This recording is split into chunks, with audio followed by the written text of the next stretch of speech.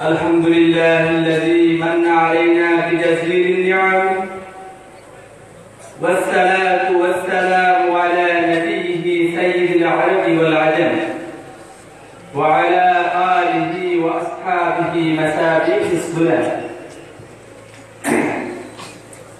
Honored Chair, respected Secretary,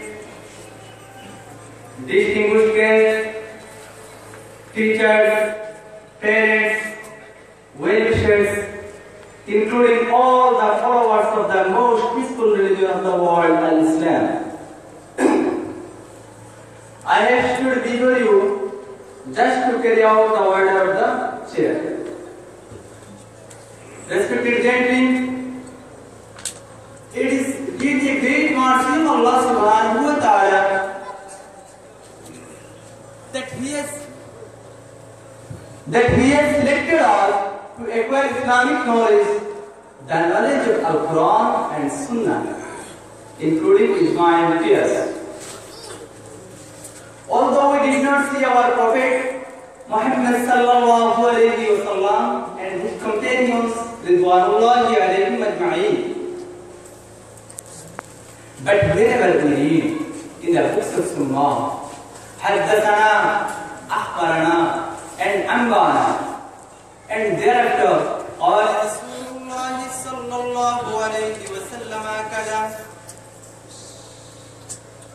رأيت رسول الله صلى الله عليه وسلم يفعل كذا, and سمعت رسول الله صلى الله عليه وسلم يقول كذا, we automatically start feeling proud.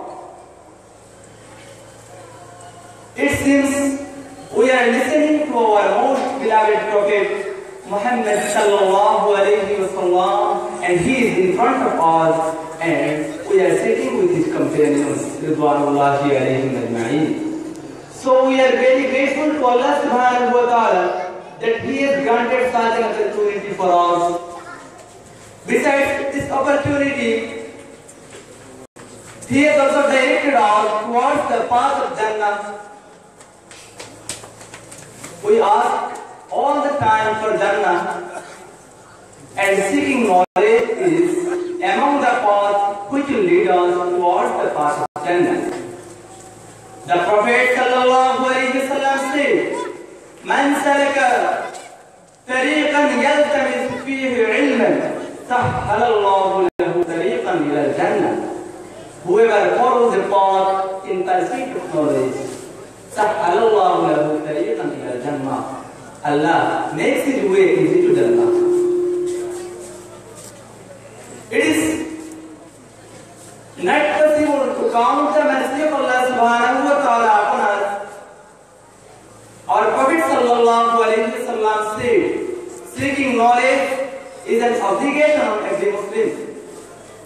Though we are not aware of the fact that the obligation that we try to perform has been granted to Allah or not, but it is quite clear that we got this opportunity to perform this obligation. We know whoever seeks knowledge and helps other people to learn will get unaccountable reward from Allah subhanahu wa ta'ala, and he will be rewarded in this world. Allah subhanahu wa ta'ala said in the Holy Quran, يَرْفَعِ اللَّهُ الَّذِينَ آمَنُوا مِنْكُمْ وَالَّذِينَ أُوتُوا الْعِلْمَ دَرَجَاتٍ. Allah will exalt those who believe among you, وَالَّذِينَ أُوتُوا الْعِلْمَ دَرَجَاتٍ, and those who have been granted knowledge to higher. Islamic knowledge is more important than wealth and property.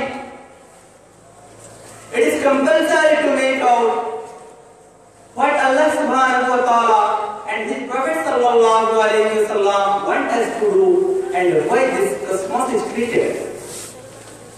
It makes us understand why Allah subhanahu wa ta'ala has created this cosmos.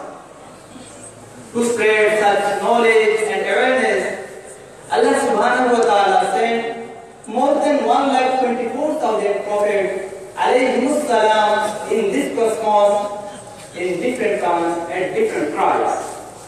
So, no wonder Islamic knowledge is one of the things which Allah subhanahu wa ta'ala directed his Prophet Muhammad sallallahu alayhi wa sallam to pray for them.